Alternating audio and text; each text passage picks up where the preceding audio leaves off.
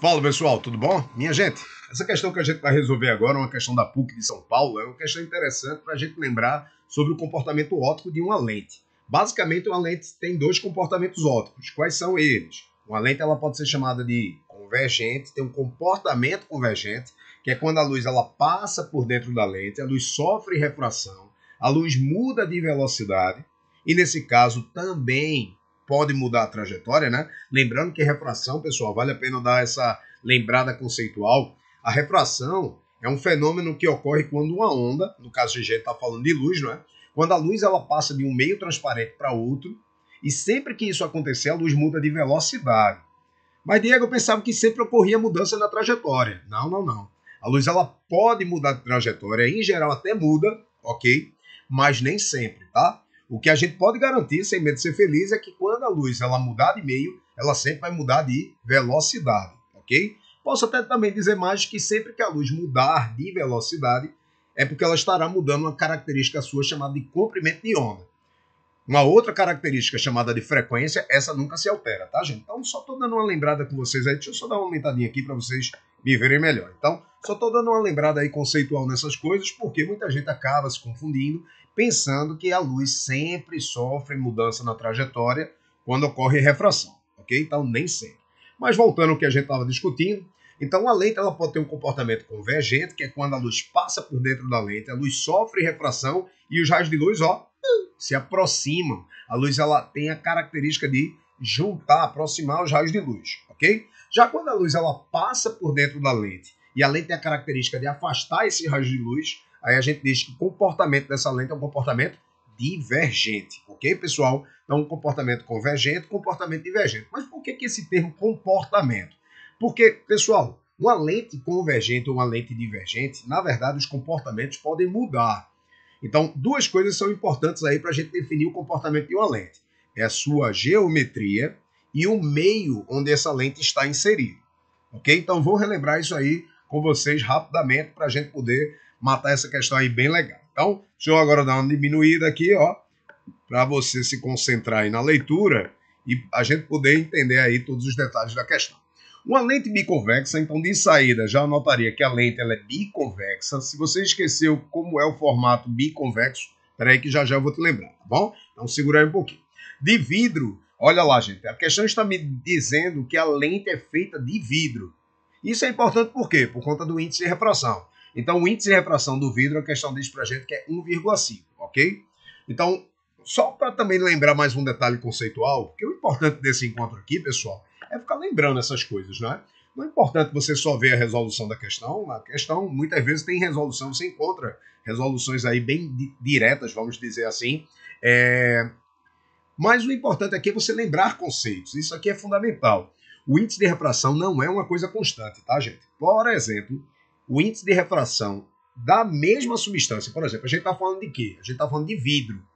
Então, o índice de refração do vidro para a luz vermelha tem um valor, para a luz azul tem outro valor, para a luz amarela tem outro valor. Então, quando a gente muda a luz, quando a gente muda a frequência de cada onda, a gente também acaba mudando o valor do índice de refração, tá bom? Então, esse valor aí é um valor médio. A questão não fala isso, a maioria das questões também não tratam disso, só dizem o valor, mas a gente também não vai se preocupar com isso não, tá certo? Só quero que você saiba que para esse problema, o índice de refração vale quanto? Vale 1,5 o índice de refração do vidro. Já eu vou anotar como a gente sempre faz aqui para a gente ir organizando nossos pensamentos, nossas ideias e saber como é que a gente faz aí numa resolução de um problema, tá bom? Então, vou ler do começo. Então, uma lente biconvexa de vidro de índice de refração 0,5 é usada em 3 experiências sucessivas A, B e C. Então, a questão está dizendo que o cara vai fazer 3 experiências. Que experiências são essas? Vamos lá.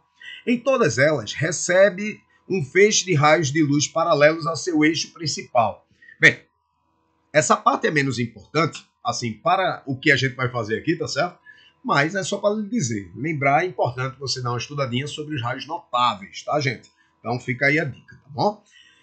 Na experiência A lente está imersa no ar. Opa! Ele está dizendo que na experiência A, então a gente já vai anotar isso, a lente está imersa no ar. Pessoal, em geral, o índice de refração do ar adota-se sendo 1, tá? Na verdade, o índice de refração do ar é um pouco maior do que 1. Lembrando que depende do tipo de luz, né? Mas o índice de refração do A é, em média, bem próximo de 1, tá bom? Então guarda essa informação. Se bem que já eu vou anotar também. Em B, na água, o índice de refração vale 1,33. Então, pessoal, o índice de refração da água vale 1,33, tá bom? E, finalmente, em C, imersa no bisulfeto de carbono líquido. Olha, eu nem sei o que é isso. E você também não precisa saber. O que a gente precisa saber para resolver o problema aqui em física, tá? É saber o índice de refração dessa substância que vale 1,64. E aí ele diz assim, o feixe de luz emerge. E aí ele pergunta assim, ele diz assim, o feixe de luz emergente é convergente nas experiências A, B e C. Na letra B, é divergente nas experiências A, B e C. Letra C, é convergente em A e B e divergente em C. Letra D, é divergente em A e B, é convergente em C. E a letra E, é divergente em A, convergente em B e C. Então, pessoal, o que ele quer saber é o seguinte. Você lembra que a questão disse pra gente que a luz ela vai entrar na lente, que a lente tem um formato biconvexo, já vou lembrar para vocês. Raios de luz paralelos vêm, entram na lente e vão se desviar, tá bom? Eles podem se desviar, mas vamos dizer que nesse caso a luz vai se desviar. Mas pode se desviar se juntando, se a lente tiver um comportamento convergente, ou se desviar se afastando, se a lente tiver um comportamento divergente. E agora, como é que eu vou saber se a lente é convergente ou divergente? Então, a primeira coisa, lembra que eu te falei que uma lente ela pode ter os dois comportamentos, né? Depende de quê? Depende da geometria e depende do meio onde a lente está inserida. Então, vamos embora. Presta atenção aí agora que essa é a parte mais importante do nosso encontro, tá bom? Então, veja. Primeiro eu quero lembrar para vocês os tipos de lentes, os formatos, tá certo? Então, olha. Esse formato aqui, a gente chama de lente biconvexa. Biconvexa. Então, tem dois formatos convexos. Esse formato aqui, deixa eu melhorar, a gente chama de lente plano convexa. Tem uma face plana e uma face convexa. E esse formato aqui, a gente chama de lente côncava convexa. Muitos estudantes me perguntam por que o nome da lente é côncava convexa e não, por exemplo, convexa côncava. Ela tem as duas faces. Realmente, ela tem uma face côncava e uma face convexa. Mas por que o nome é côncava convexa e não convexa côncava? Então, é uma boa pergunta. Então, pessoal, a gente sempre dá o primeiro nome da lente. Então, deixa eu só anotar aqui para vocês, tá bom? Então, o nome dessa lente aqui é biconvexa. O nome dessa lente aqui é plano convexa, ou plana, para ser melhor, que a face é plana, né? Plana convexa. E o nome dessa lente aqui é côncava convexa. Mas por que o nome é côncava convexa e não convexa côncava, já que ela tem as duas faces? É uma boa pergunta. Então deixa eu te explicar. Deixa eu dar uma piada aqui para poder te explicar bem direitinho. Pessoal, eu vou marcar de vermelho a parte circular da face côncava. Se você não entendeu o que eu disse, vou explicar para você agora. Vou desenhar para você ver. Ó. Então a face côncava é essa daqui. Ó. Eu vou marcar de vermelho. Eu vou fazer um círculo para representar o raio de curvatura, a circunferência dessa face côncava. Então, olha o tamanho do raio de curvatura aqui, quanto é. Então, esse é o raio da face côncava. Agora eu vou fazer a mesma coisa para a face de trás, que é a face convexa, só que eu vou botar de roxinho aqui, tá bom? Então, um roxinho aqui para representar a face convexa. Então, olha, tá fácil de você perceber que o raio da face côncava é maior do que o raio da face convexa. Deixa eu anotar o que eu acabei de falar. O raio da face côncava é maior do que o raio da face convexa. Tá, Diego, e daí? E daí que é por isso que o nome da lente é côncava convexa e não o contrário. Porque a gente sempre dá o primeiro nome da lente pelo tamanho de maior raio de curvatura. Então tá oficializado aí por que o nome dessa lente aí é côncava convexa e não o contrário. Ok? Então essas lentes aqui, essas três primeiras lentes que eu acabei de mostrar a vocês, são lentes que a gente chama de lentes de bordas finas. Ok? Lente de bordas finas. Pessoal, e as lentes que a gente chama de lentes de bordas grossas? Vou desenhar aqui para vocês observarem, tá certo? Então, as lentes de bordas grossas são aquelas que terminam com a palavra côncava. Então, são assim, olha os formatos. Olha os formatos aí. Então, uma lente que tem essa característica aqui, esse formato, a gente chama de lente bicôncava. Uma lente que tem esse formato aqui, a gente chama de lente plana côncava. E uma lente com esse formato aqui, olha, a gente chama de convexa côncava. E agora eu tenho certeza que você sabe por que o nome dessa lente, o nome dessa geometria convexa côncava e não o contrário. Então, deixa eu anotar os nomes aqui. Bicôncava, bicôncava, as lentes de bordas grossas, né? Bicôncava plana, côncava plana, côncava e, finalmente, convexa côncava e não o contrário. Por que o nome da lente, Diego, é convexa côncava e não côncava convexa? Agora você sabe o motivo.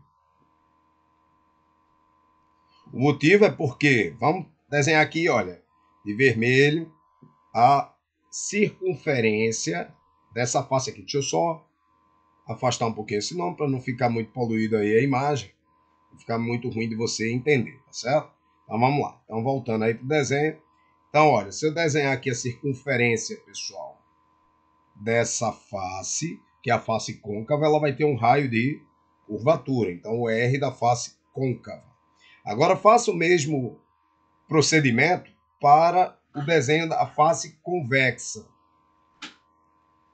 A face convexa agora vai ter um raio de curvatura, olha, bem maior, não é? Bem maior. Então, por isso é que a gente chama essa lente, de lente convexa côncava. Mas por quê? Porque o raio da região convexa é maior do que o raio da região côncava. Ok, pessoal? Então, pessoal, olha aí rapidamente os 6 tipos de lentes, porque essas geometrias elas são importantes, sim, para a gente definir o comportamento óptico de uma lente. Então, as lentes de bordas finas, olha as nomenclaturas: biconvexa, plano convexa, côncava, convexa.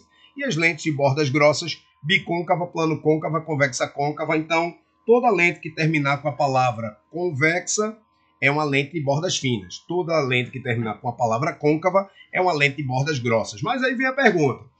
Mas essas lentes aí, por exemplo, as de bordas finas, as que terminam com a palavra convexa, elas são lentes convergentes ou divergentes? Da mesma forma, as lentes de bordas grossas são convergentes ou divergentes? A resposta é depende. Por quê? Porque dizer se é convergente ou divergente, pessoal, não depende só da geometria. Depende da geometria, mas também depende do meio onde a lente está inserida. Então, vamos voltar lá para a questão. Você lembra que a questão falou que a lente em questão era uma lente, olha, biconvexa. Então está aqui, olha, até grifei para vocês que a lente era biconvexa. Então a gente está falando dessa lente aqui, tá, pessoal? Beleza? Então já guarda essa informação. E aí eu vou anotar os índices de refração, olha. O índice de refração da lente, no caso a lente é feita de vidro, né? O índice de refração dela vale 1,5.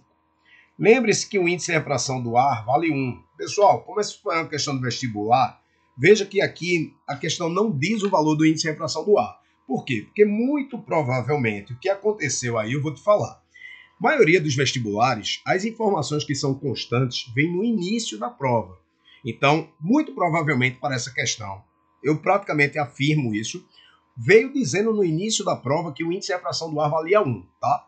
Alguns valores que são constantes ou valores que a gente trabalha muito dentro de sala de aula, valor da aceleração da gravidade, o índice de refração do ar, constante universal dos gases perfeitos e por aí vai, muitas das vezes essas informações vêm no início da prova para não ter que estar se repetindo no corpo da questão. Então, o valor do índice de refração do ar não está aí, porque deve ter vindo no início da prova, tá certo? Mas aí você já sabe que o índice de refração do ar a gente adota geralmente 1 para um valor médio, ok? O índice de refração da água, ele disse para a gente que valia 1,33. E, finalmente, o índice de refração dessa substância, que é o bisulfeto de carbono líquido, eu vou chamar só de NB, tá certo, gente? E não vou ficar repetindo esse nome, senão vai complicar muito aqui a nossa cabecinha, tá bom? Vai ser 1,64. Então, pessoal, essas informações que eu acabei de organizar aqui com vocês, eu vou pegar elas, vou copiá-las e vou levar para a próxima página para você ver aí que eu já dei uma ajudada aí para vocês, para a gente poder agora matar a questão com tranquilidade, tá certo? Então veja, eu fiz 3 desenhos aí. 1, 2, 3. Deixa eu mostrar aí uma visão mais completa da coisa para todo mundo poder entender, tá certo? Então eu botei aí as 3 lentes, né? No caso é a mesma lente, tá? De vidro. Só que primeiro ela será imersa no ar, como a questão falou pra gente. E aí, pessoal, olha o detalhe para a gente ir resolvendo agora o problema. Pessoal, a lente biconvexa, em geral, ela é convergente. O que é que significa isso? Significa dizer que, em geral, quando a luz passa por dentro da lente, então deixa eu só dar uma engrossada aqui. Quando a luz passa por dentro da lente, a lente tem a capacidade de aproximar esses raios de luz. E nesse primeiro caso, isso de fato vai acontecer. Porque, olha aí, agora fica a dica para a gente terminar o problema. Pessoal, quando o índice de refração da lente, no caso essa lente aí que é biconvexa, quando o índice de refração da lente for maior, deixa eu botar um pouquinho mais em cima, quando o índice de refração da lente for maior do que o índice de refração do meio onde a lente está, então quando o índice de refração da lente for maior do que o índice de refração do meio onde a lente está mergulhada, é assim que a gente fala, sendo mais elegante, então essa lente vai ter um comportamento convergente. Diego, eu não entendi. Você lembra que o índice de refração do vidro, olha lá, o índice de refração do vidro é maior do que o índice de refração do ar. Mas por quê? Porque 1,5 é maior do que 1, né? Então, isso quer dizer que essa lente, a lente biconvexa, vai ter um comportamento convergente. Então, essa lente vai tender a aproximar os raios de luz, ok? Então, no primeiro caso, a lente biconvexa vai ter um comportamento convergente. Então, deixa eu anotar aqui, que já já a gente volta para poder matar a questão. Então, no primeiro caso, a lente vai ter um comportamento convergente. Só um detalhe importante também conceitual, eu poderia estender esse mesmo raciocínio para as outras lentes que terminam com a palavra convexa, tá? A biconvexa, a plano-convexa e a côncava-convexa. Então, essas 3 lentes teriam esse comportamento convergente. E as lentes que terminam com a palavra côncava, bicôncava, plano-côncava, convexa-côncava. Nesse caso, essas 3 lentes teriam um comportamento divergente. Ok, pessoal? Então, quando o índice de refração da lente for maior do que o do meio, foi o que aconteceu aí. Então, as lentes com a palavra convexa serão convergentes. E as lentes com a palavra côncava, com a terminação côncava, serão divergentes. Ok? Então, ó, você lembra que no segundo caso, a lente estava mergulhada agora na água, não foi? Então, olha, a lente estava mergulhada, a lente de vidro estava mergulhada na água. E você lembra que a questão disse para a gente que o índice de refração da água vale 1,33. Então, isso quer dizer que o índice de refração da lente, né, que é feita de vidro, continua maior do que o índice de refração do meio. Continua, está valendo ainda a mesma regrinha, porque o índice de refração do vidro é maior do que o índice de refração da água, porque o valor 1,5 é maior do que o valor 1,33. Deixa eu ajeitar. Aqui estão alguns resultados da web. Maior do que o valor 1,33. Ok, pessoal? Então, apareceu aí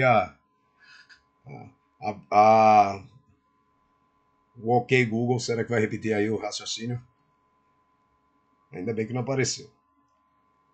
E aí, pessoal, mais uma vez, quando a luz passar por dentro dessa lente, olha, os raios de luz vão se aproximar, ok? Então, essa lente terá um comportamento convergente, beleza? Mas olha a última situação, pessoal, quando a lente for mergulhada no meio, que a gente chamou de meio B, né? É aquele bisulfeto. Então, quando for mergulhado no meio B, olha o detalhe. Agora o índice de refração do meio passa a ser maior do que o índice de refração da lente. E aí, quando o índice de refração do meio for maior do que o da lente, nesse caso, por quê? Porque o índice de refração do bisulfeto é maior do que o índice de refração do vidro. Porque o valor 1,64 é maior do que o valor 1,5, não é assim? Aí, olha só, pessoal, é a mesma lente? É. É a mesma geometria? É. Porém, agora o meio é mais refringente do que a lente. E aí, olha o que acontece. A luz, quando passa por dentro da lente, a lente agora, ao invés de juntar, aproximar os raios de luz, a luz afasta. É afastada pela lente.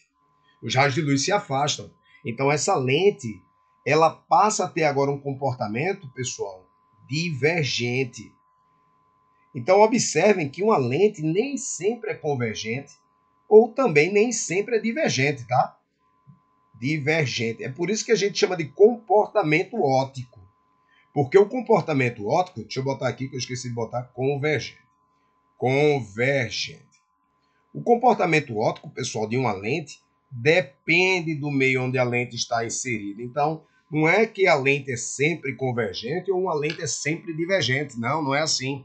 Ok, pessoal? Então, as lentes de bordas finas, eu até posso dizer que, em geral, elas são convergentes. De fato, em geral, até são.